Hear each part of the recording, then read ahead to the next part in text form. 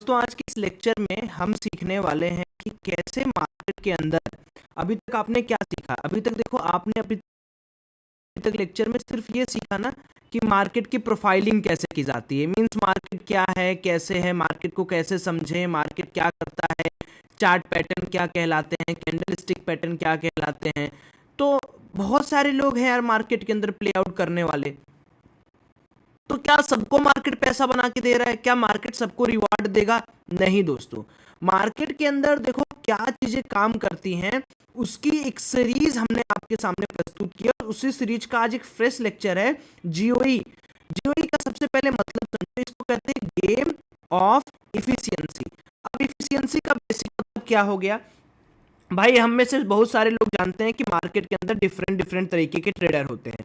एक ट्रेडर हो गया जो सपोर्ट खोज के ट्रेड करता है, एक ट्रेडर हो गया जो रेजिस्टेंस देख के ट्रेड करता है, एक ट्रेडर हो गया जो वीकली टाइम फ्रेम देख के ट्रेड करता है। तो ऐसे अलग अलग तरीके की चीजें हैं जो मार्केट के अंदर हैं, लेकिन सबका जो एक रूप है वो क्या है कि भाई देखो मार्केट के अंदर कोई भी भाव बढ़ता कब है? जब मार्केट के अंदर डिमांड आता है दोस्तों। डिमांड रहेगा तो प्राइस भागेगा। और कभी भी कोई भी पर्टिकुलर स्टेट पे कोई भी मार्केट गिरता कब है दोस्तों? जब डिमांड खत्म हो और सप्लाई शुरू हो। और देखो डिमांड और सप्लाई का बेसिक सा सेंस क्या हो गया कि कोई सप्लाई है, कोई सप्लाई चल रही है तो मार्केट वहां पर गिरेगा। तो market basically demand and supply पे काम करता है, और इसी डिमांड एंड सप्लाई को निकालने के लिए हम लोग जो स्ट्रेटजी यूज करते हैं उसको हम लोग कहते हैं गेम ऑफ इफिशियंसी स्ट्रेटजी। अब देखो जीओई स्ट्रेटजी जो है दोस्तों ना, वो कितने चीजों को मिलाकर बनी है, इन सबको आपको क्लब करके एक फाइनल मेथोलॉजी में आपके लिए डेवलप कराना चाहता हूं। देखो पहली चीज तो आपको मैं बता दूं कि जीओई में सबसे पहले हम लोग क्या देखते हैं, हम लोग यहां पर demand and supply with advance fib level के हिसाब से नापते हैं। ठीक है कि भैया जो मार्केट के अंदर पार्टिसिपेंट हैं, जो मार्केट के प्लेयर हैं, वो मार्केट के अंदर क्या करने की चेष्टा कर रहे हैं? क्या वो डिमांड एंड सप्लाई का काम कर रहे हैं, या वो मार्केट के अंदर एक पैनिक क्रिएट कर रहे हैं? जीओई में पहला एलिमेंट ये। जो दूसरा एलिमेंट होता है जीओई में दोस्तों, वो होता है कॉन्ट्रा थिंकिंग। अब कॉन्ट्रा क्या है कि मार्केट के अंदर जो रिटेलर सोचता है, आपने देखा होगा मैक्सिमम बार मैं ये कहता हूं कि जब दुनिया बुलिश हो आपको बेयरिश होना है, जब दुनिया बेयरिश हो आपको बुलिश होना है। इसका मतलब क्या है? इसका मतलब ये है कि जब दुनिया को लग रहा है कि नहीं यार मार्केट यहाँ से बहुत ऊपर जाएगा, तो जो बड़ा प्लेयर है ना वो जियो ही यूज करता है। वो कहता है कि नहीं यार मैं तो कॉन्ट्रा ट्रेड लूंगा, और वहां पर आप फंस जाते हो। तो जो दूसरा एलिमेंट है वो हम सीखेंगे कि कॉन्ट्रा प्लस एसेट हंटिंग किस तरीके से प्रयोग करें। ये स्ट्रेटजी बता रहा हूँ दोस्तों ना, ये स्ट्रेटजी कभी नहीं आपकी बंद हो सकती है, ये स्ट्रेटजी आपकी हमेशा चलती रहेगी। ये गोल्डन स्ट्रेटजी मैं आपको दे रहा हूँ, गोल्डन स्ट्रेटजी। ठीक है, जो तीसरी चीज यहाँ पर मैं आपको बताना चाहता हूँ दैट इज डेटा रीडिंग। अब देखो आपको डेटा रीडिंग के ऊपर बहुत सारे लेक्चर्स मैंने ऑलरेडी 2 लेक्चर्स प्रोवाइड कर दिए हैं। अब अलग लेक्चर्स मैं आपको यहाँ पर नहीं दूंगा।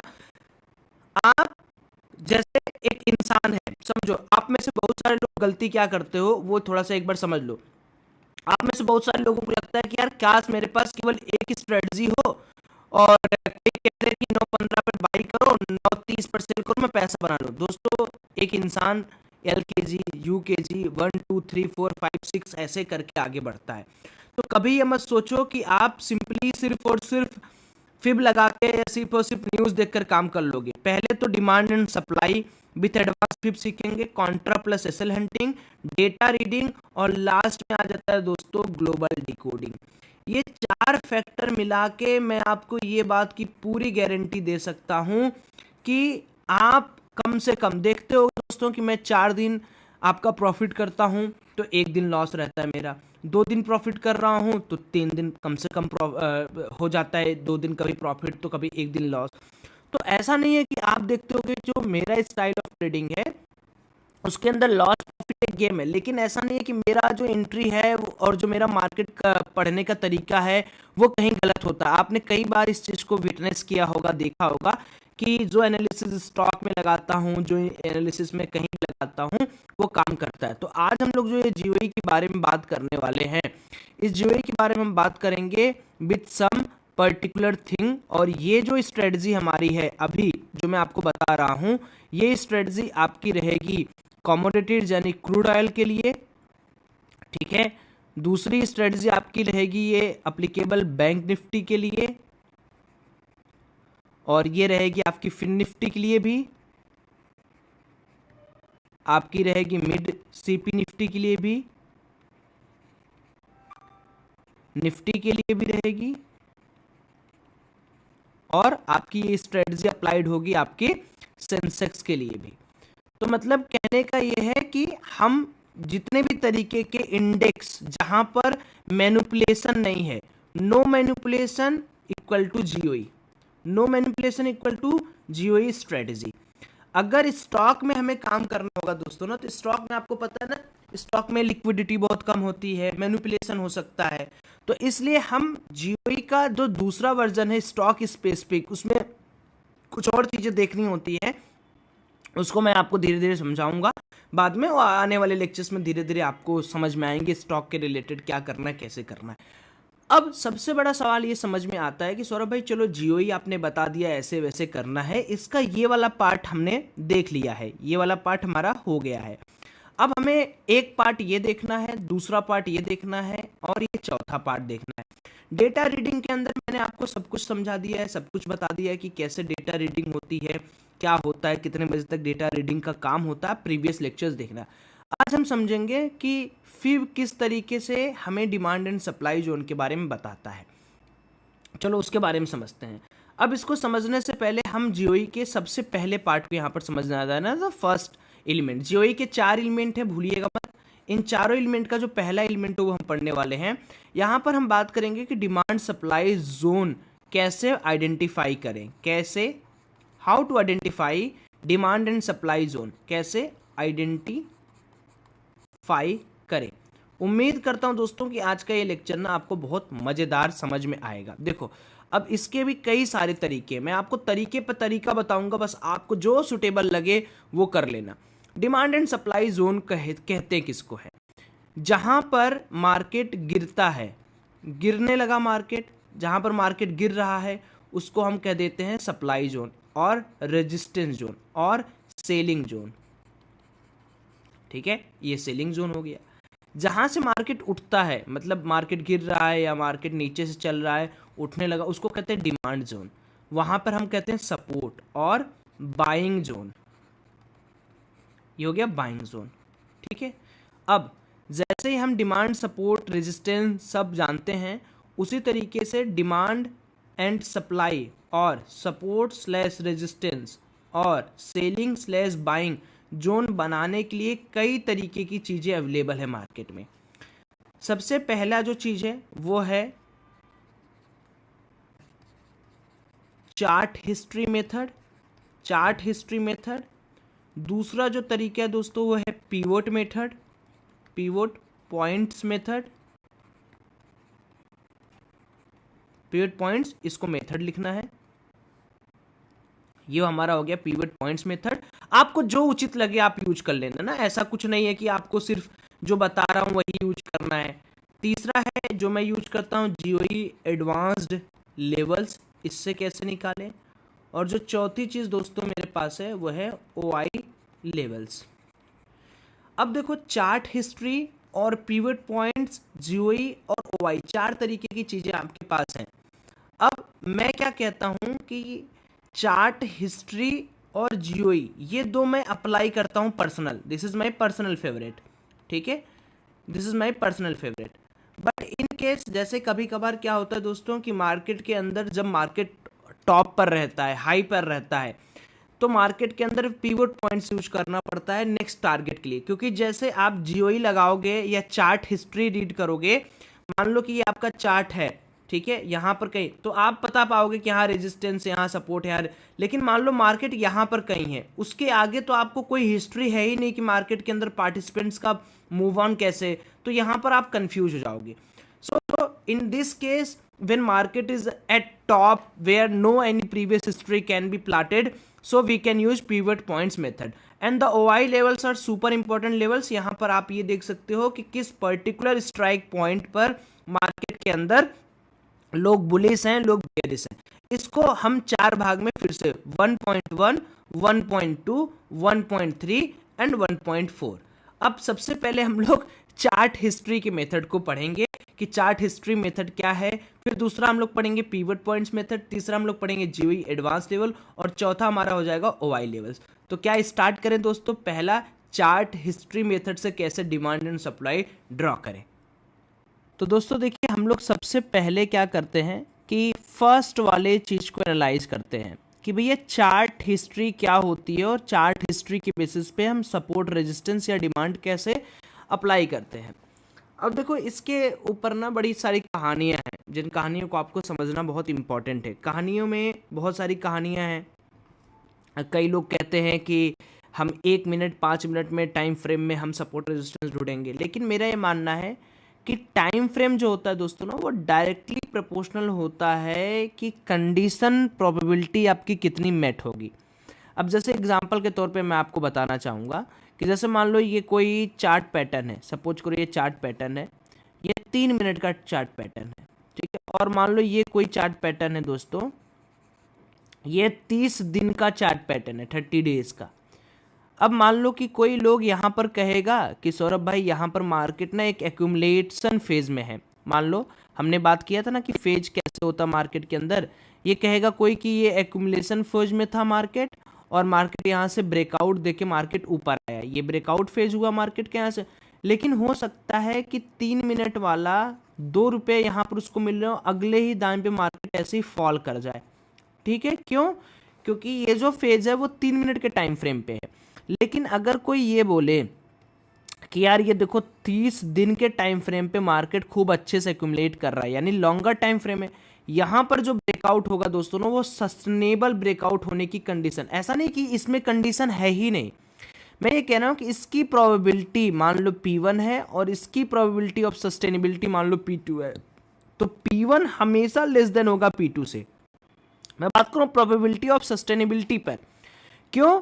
क्योंकि P2 बाप हो गया ना, जितना ज़्यादा टाइम फ्रेम उतना ही ज़्यादा किसी भी, देखो टाइम फ्रेम जितना बड़ा रहता है दोस्तों, ठीक है, उतना ही आपकी प्रोबेबिलिटी होती है चार्ट पैटर्न की सही होने पर, कैंडलस्टिक पैटर्न की सही होने पर, एक्यूमुलेशन या डिस्ट्रीब्यूशन जोन को आइडेंटिफाई करने पर। बट सबसे बड़ी बात यह है कि सौरभ भाई ये बताओ यार कि हम तो एक ट्रेडर हैं, ठीक है, हम ट्रेडर हैं, हम इन्वेस्टर हैं, हमको इंट्राडे करना होता है, तो इंट्राडे में हम 30 दिन का तो वेट करेंगे नहीं।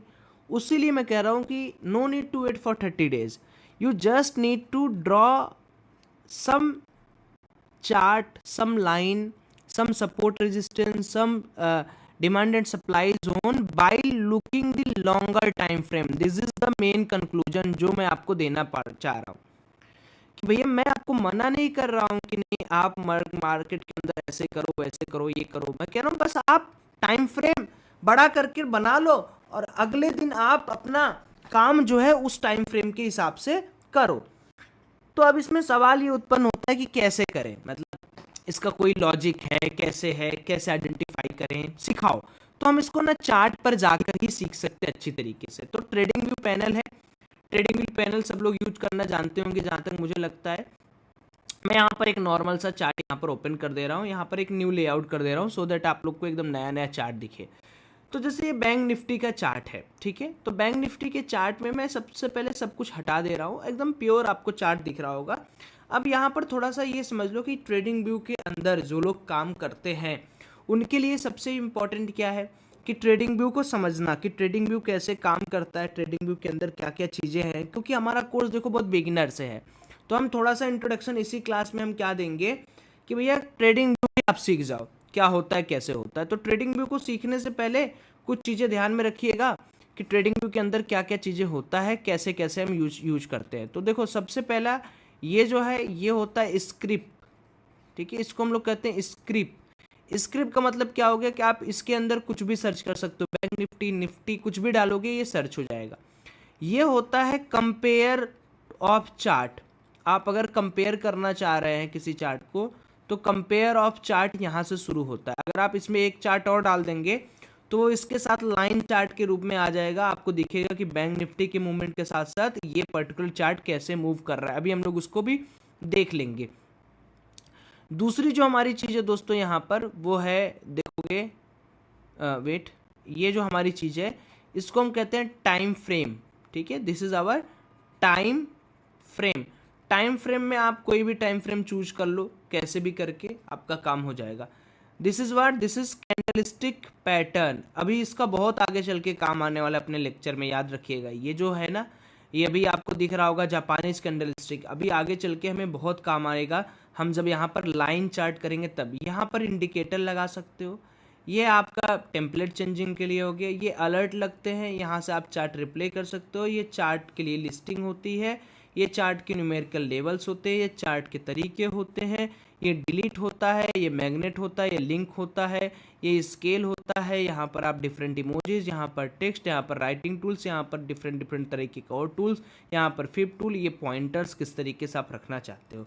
ये आपका होता है डे, 5 डे, कहीं पर भी आप जाना चाहते हो तो आप जा सकते हो। तो मोटा मोटा बात यह है कि आपको सीखना बस इतना ही है, ज़्यादा करके आप ट्रेडिंग व्यू में क्या ही सीखोगे, कुछ ऐसा खास नहीं है कि जो मैं आपको सिखाऊंगा आप सीखोगे। अब हम लोग अपने मुद्दे पर वापस आते हैं। मुद्दा हमारा क्या था कि टाइम फ्रेम कैसे चूज करें अगले दिन। जैसे मान लीजिए भैया आज है मार्केट का कौन सा दिन है, अब मान लो मार्केट 23 तारीख को खुलेगा, मंडे को 22 को छुट्टी है, तो मान लो कि यहाँ पर 23 तारीख को मार्केट खुल रहा है। मैंने यहाँ पर एक वर्टिकल लाइन यहाँ पर ड्रॉ कर दी। अब मुझे कुछ चीज़ें हैं जो साफ साफ यहाँ पर करनी है। मैंने क्या बताया कि टॉपिक हमारा है, टॉपिक से मत भटकिए, टॉपिक है सपोर्ट, रेजिस्टेंस और डिमांड एंड सप्लाई जोन कैसे मार्क करें। और पहला जो हमारा स्ट्रेटजी है वो है कि चार्ट हिस्ट्री को देखते हुए कैसे मार्कआउट करें। अब देखो, जो नूब प्लेयर हैं, यानी जो एकदम अभी ट्रेडिंग के अंदर बहुत कम सीखे, वो क्या करेंगे, वो बोलेंगे ये हो गया रेजिस्टेंस, ये हो गया सपोर्ट, ये हो गया सपोर्ट क्योंकि मार्केट यहाँ से उठा है, और ये हो गया रेजिस्टेंस क्योंकि मार्केट यहाँ से गिरा हुआ है। तो ये दो चीज़ें बोलेंगे। लेकिन आप संभवतः एक चीज़ और नहीं देख पा रहे हो। क्या नहीं देख पा रहे हो? कि भैया मार्केट के अंदर ये जो टाइम फ्रेम है दिस इज ओनली 3 मिनट। तो मैंने क्या बोला कि प्रोबेबिलिटी है कि जो 3 मिनट पर आप काम कर रहे हो, 3 मिनट के टाइम फ्रेम पर, वो थोड़ी कम रहे। तो इसी चीज को हम क्या करेंगे, सबसे पहले हम क्या करते हैं, डे टाइम फ्रेम। कभी भी देखिए, जब भी आपको सपोर्ट रेजिस्टेंस मार्क करना है अगले दिन के लिए, just go on day time frame. अब डे टाइम फ्रेम पे आते ही हमें दो चीजें साफ साफ दिख रही हैं।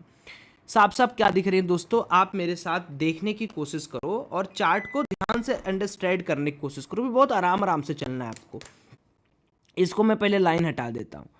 हमें ये साफ साफ दिख रहा है कि यार यहाँ पर मार्केट, एक तो मुझे ये दिख गया कि मार्केट यहाँ से स्लोली एंड स्टडी मोड में मार्केट उठते गया। अब यहाँ पर दो चीज़ें आपको समझनी है। जहाँ से मार्केट उठ रहा है उसको हम लोग कहते हैं दोस्तों सपोर्ट लेवल, ठीक है, डिमांड जोन। और जहां पर मार्केट गिरा उसको हम लोग कहेंगे दोस्तों रेजिस्टेंस, सप्लाई जोन। फिर जहां से मार्केट उठा वो हमारा नेक्स्ट सपोर्ट 1, सपोर्ट 2 बन जाएगा। और जहां से मार्केट फिर गिरा वो रेजिस्टेंस, जहां से मार्केट उठा वो सपोर्ट, जहां से गिरा वो रेजिस्टेंस, जहां से मार्केट उठा वो सपोर्ट, जहां से मार्केट रेजिस्टेंस, जहां से उठा वो सपोर्ट। और मार्केट जहां पर कई बार जहां पर ऐसे टक्कर मारता है। देखो, इस चीज को ध्यान से समझने की कोशिश करो।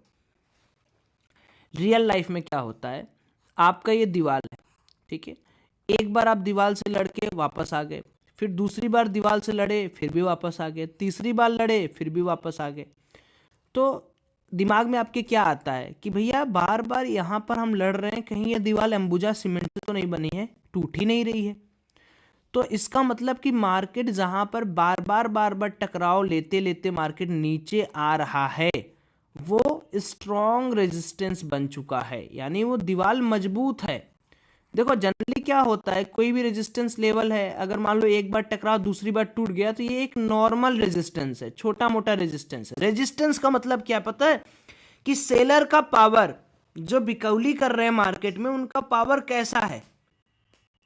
अब आप देखो यहाँ पर डे टाइम फ्रेम पे, अब एक चीज हमेशा याद रखो, ये गोल्डन पॉइंट याद रखो कि जो भी हम रेजिस्टेंस, सपोर्ट और डिमांड एंड सप्लाई की बात करें दोस्तों, ये कोई लाइन नहीं होता है। बहुत बड़ा कंफ्यूजन लोगों के दिमाग में, लाइन नहीं होता है, ये एरिया होता है, एरिया।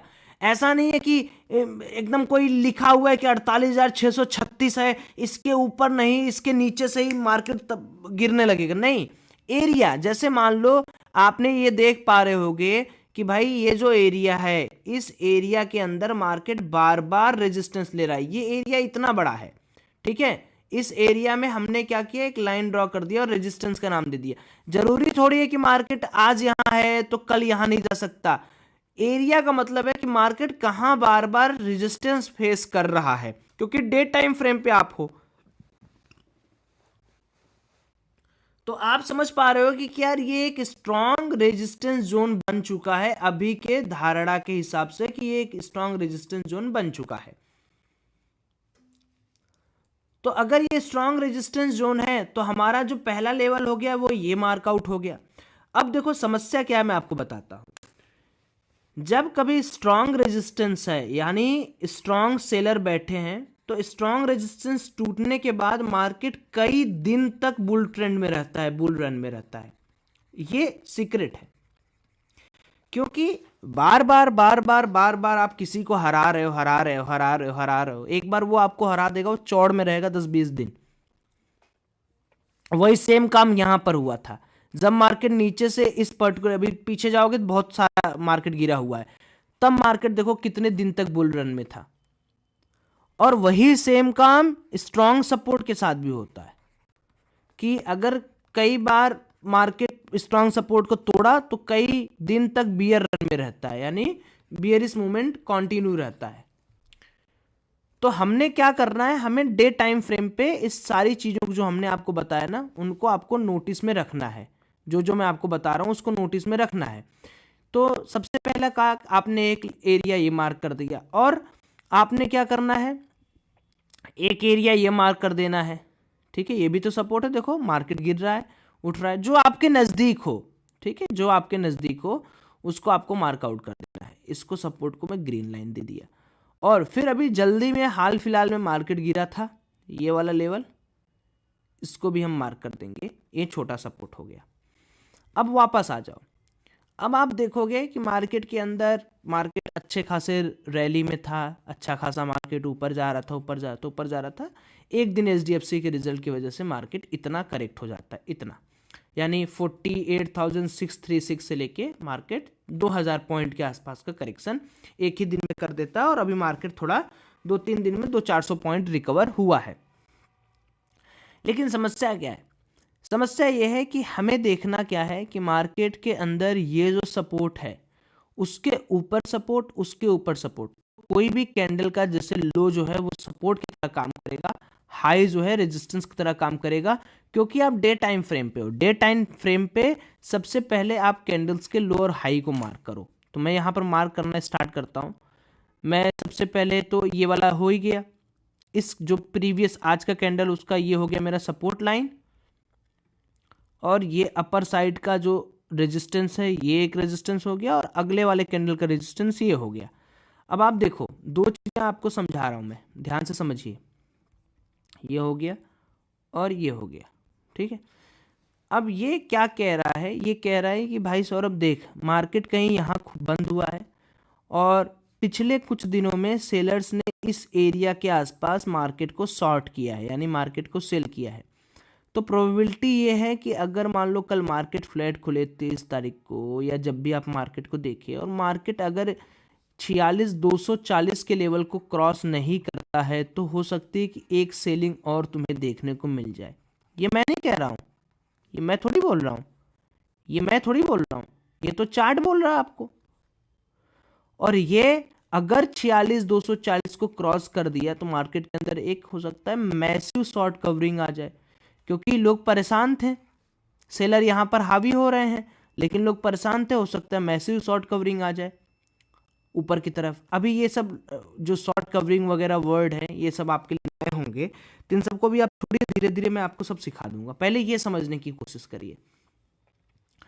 तो हमने ये मार्कआउट कर लिया, ये हो गया डे टाइम फ्रेम का। डे टाइम फ्रेम का हम क्या करेंगे, जो हमारा लाइन है उसको हम इस तरीके से कर देंगे कि हमें समझ में आए कि कौन सा डे टाइम फ्रेम का है और कौन सा 15 मिनट के टाइम फ्रेम का। ये तो हो गया, मैंने जो एनालिसिस आपको बताई दोस्तों। ये कब काम आएगा, ये काम आएगा तब जब आप मार्केट को अब 15 मिनट के टाइम फ्रेम पे स्टडी करिए। 15 मिनट के टाइम फ्रेम पे क्या स्टडी करना है देखो जरा, 15 मिनट के टाइम फ्रेम पे क्या करना है देख लो, आप एक बार खोल के देखो। ये मार्केट, ये छोड़ देना, ये टेस्टिंग वाला दिन था तो इसलिए अच्छे से चार्ट नहीं बनाया, बन जाएगा। इसके पहले वाला चार्ट अच्छे से बनाया, ये थोड़ा सा ट्रेडिंग भी गलती किया है। अब देखो 15 मिनट के टाइम फ्रेम पे हमें क्या दिख रहा है कि भैया ये मार्केट के पास जो रेजिस्टेंस है, ये तो रेजिस्टेंस है ही, इसको पूरा मार्कआउट कर ही दो, ये पूरा रेजिस्टेंस मार्कआउट कर ही दो। यहाँ पर डे वाला टाइम फ्रेम भी अवेलेबल है। और कुछ तो आपको और यहाँ पर दिख रहा होगा कि मार्केट के अंदर प्रीवियस डे यहाँ से मार्केट गिरा और मार्केट बार बार यहाँ से भी गिर रहा है, ये वाला लेवल से। ठीक है, देखो कैसे देखने में पता चल रहा है। मैंने क्या बोला कि चार्ट सब कुछ आपको बता देगा। यहाँ पर मार्केट बार बार ऊपर आ रहा है लेकिन मार्केट यहाँ पर गिर जा रहा है। तो अगर मार्केट फिर से यहाँ पर 46,000 को कल के दिन ब्रेक करेगा तो आपको क्या लग रहा है, यहाँ के जो सेलर होंगे वो फिर से एक्टिवेट होंगे। देखो कितनी अच्छी तरीके से सेलिंग आई, तो अगेन एक सेलिंग आपको देखने को मिल सकती है। तो दिस इज द तरीका, ये तरीका है कि आप चार्ट के हिस्ट्री के बेसिस पर, चार्ट की हिस्ट्री जो होती है उसके बेसिस पर आप मार्केट को जज कर पाएंगे। ठीक, अब आप जितना ज़्यादा इसमें प्रैक्टिस करेंगे उतना ही धीरे धीरे आपको चीज़ें और कंठस्थ होंगी और चीज़ें आपको समझ में आएंगी। तो हमने आज के इस पर्टिकुलर लेक्चर में क्या देख लिया कि हम किस तरीके से चार्ट मेथड के हिसाब से सपोर्ट स्लैश रेजिस्टेंस मार्कआउट करते हैं। दूसरा मेथड हमारा पिवट पॉइंट्स होगा, जिनके लेक्चर जल्दी आपको मिलेंगे। एंजॉय करिए, ऐसे सीखते रहिए।